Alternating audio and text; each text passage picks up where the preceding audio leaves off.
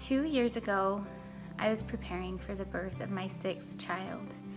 I had planned a beautiful birth.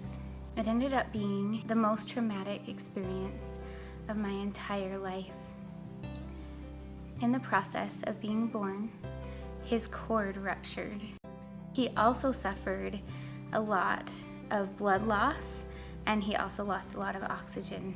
So he spent 8 days in the NICU, and that was actually a lot less time than the doctors predicted.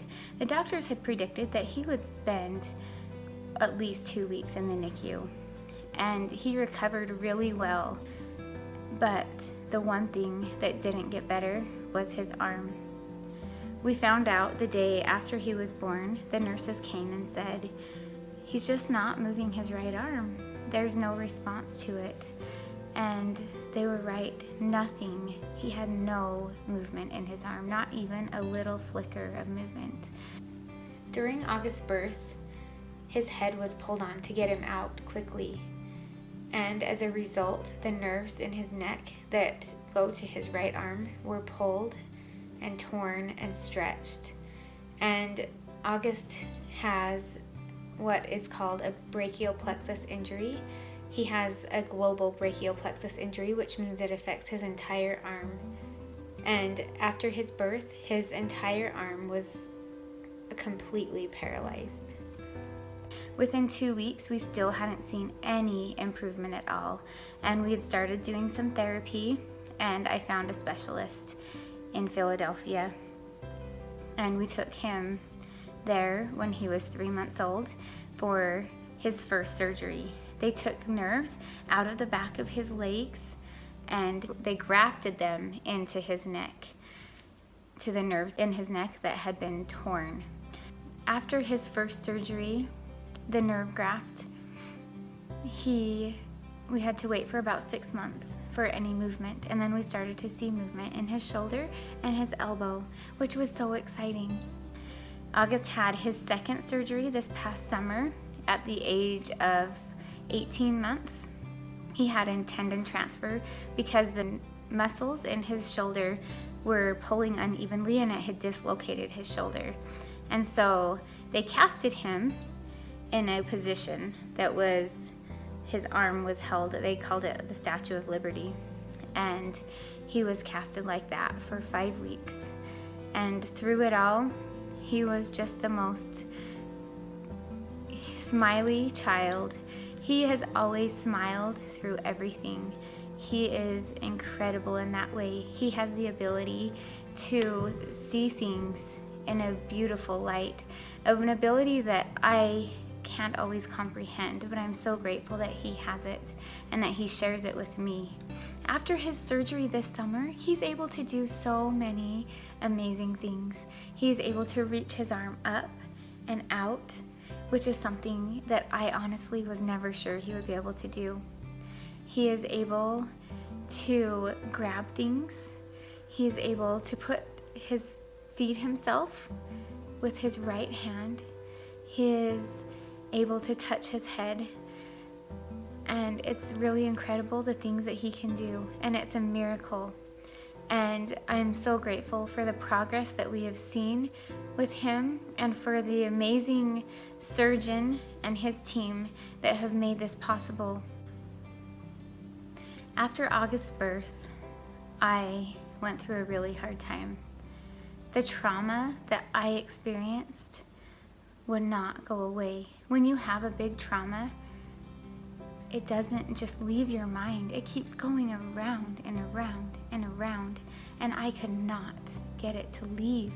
I was going through every event, every little thing that happened that day and during the birth and after the birth, and it was torture.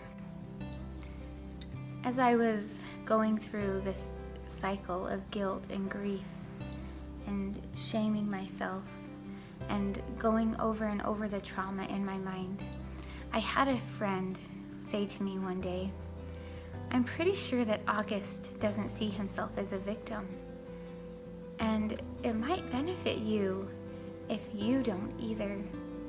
And that was a huge turning point for me, because I realized that I was putting August in the victim role.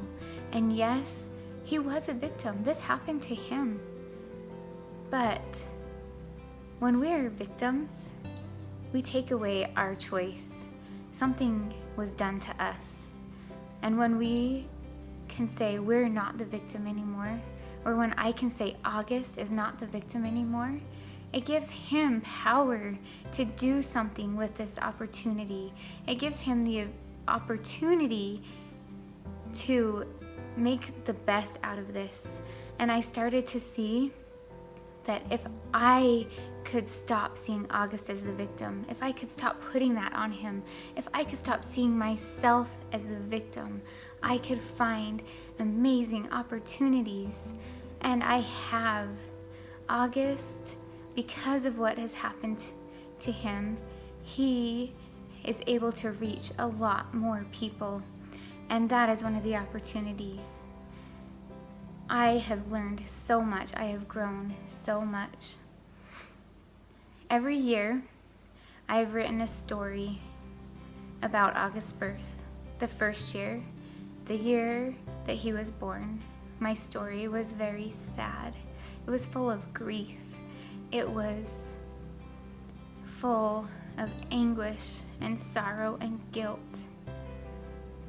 His first birthday, it was a little bit better. I had a different perspective. I could see that things were better than I thought they were going to be.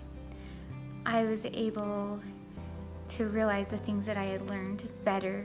And this year, for his second birthday, the story was a lot more beautiful. And I never leave out the sad details. I never leave out what happens or change that. But my perspective every year changes. And I want to read part of the story that I wrote. I wrote, August almost died that night, but he didn't. He is now a healthy, beautiful, almost 2-year-old. His arm will always have limitations.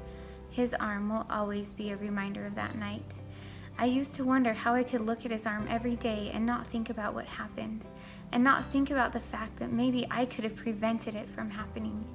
But amazingly, today I look at him and I see him. I don't see his arm. I don't think about his birth.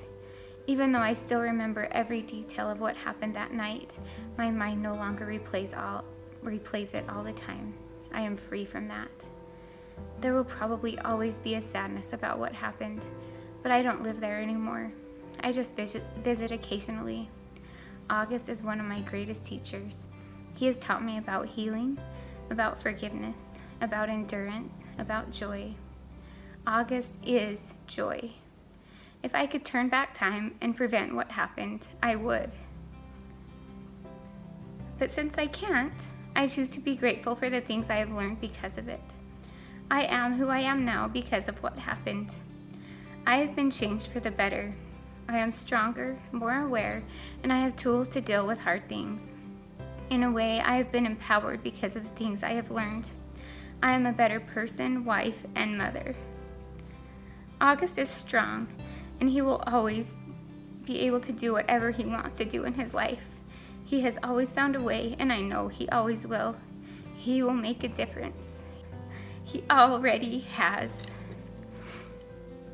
My viewpoint, how I see it, is going to affect how he sees it.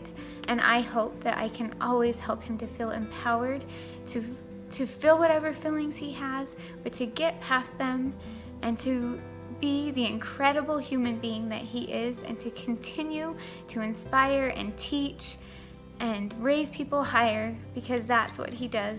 That's what he did for me. What I want you to know is that it's okay. It's okay to be where you are. It's okay to feel those negative feelings. And I want to give you hope. Hope that you do not have to deal with them forever. Sometimes you have to rely on somebody else. Sometimes you have to just lean on them and let them lead you through, because sometimes someone else can see things a little bit better. It's okay to get help. it's okay to ask someone else for help, and sometimes you really need it. And I want you to know that it's going to be okay. Just hold on, because things have a way of working themselves out. And maybe your definition of okay is not the same now as it will be in the future. I know for me, my definition of okay at first was that August would be healed completely, but that's not what happened. And as of now, I feel like things are okay. Even though everything isn't perfect, even though his arm is very limited still, it's okay, and it's going to be okay.